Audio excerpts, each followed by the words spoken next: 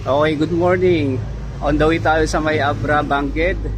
And doon tayo mag-overnight kung kakayanin pa natin. Dito tayo mag-start sa may Lingayen. Woo! Yeah! See you there, Kaparakan Falls. Ilocos tayo!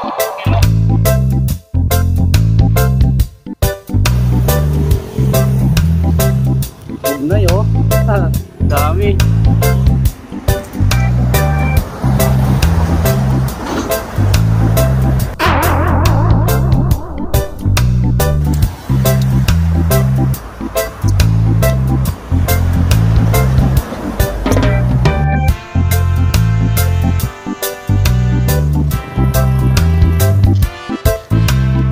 Sinasabi din yung Abra. Tarik. Woohoo! At last, nakarating na rin sa province of Abra. Woohoo!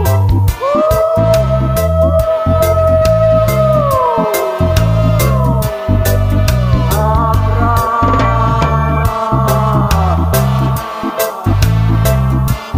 The best experience.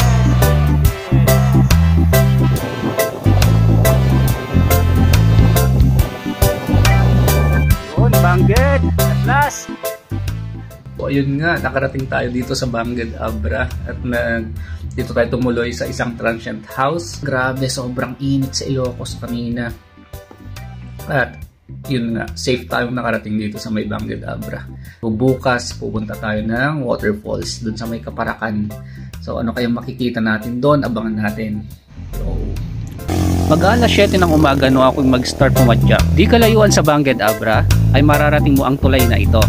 Ito ang Don Mariano Marcos Bridge na nagdudugtong sa bayan ng Dolores at bayan ng Tayum. May haba itong 889 meters or almost 1 kilometer. Wow, ang ganda! Isa rin ito sa pinakamahabang tulay sa Pilipinas.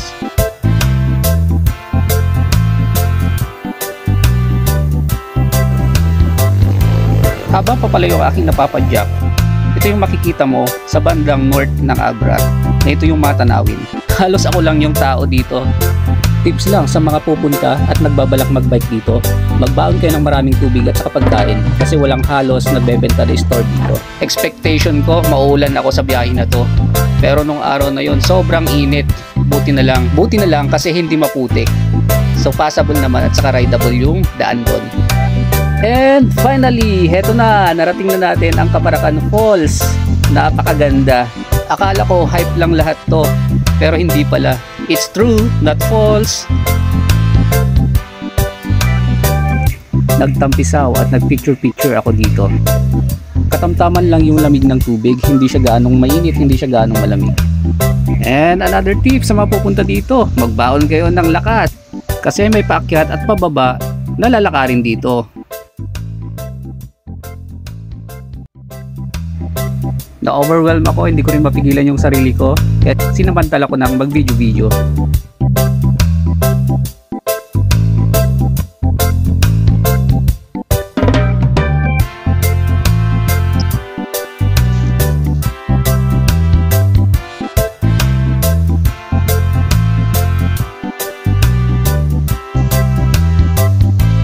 And after 40 minutes, di na rin ako nagtagal, bumalik na rin ako.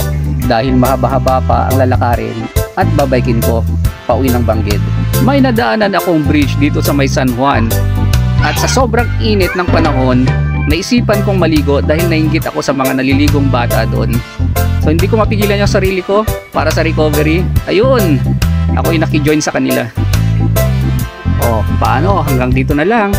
Sa susunod ulit.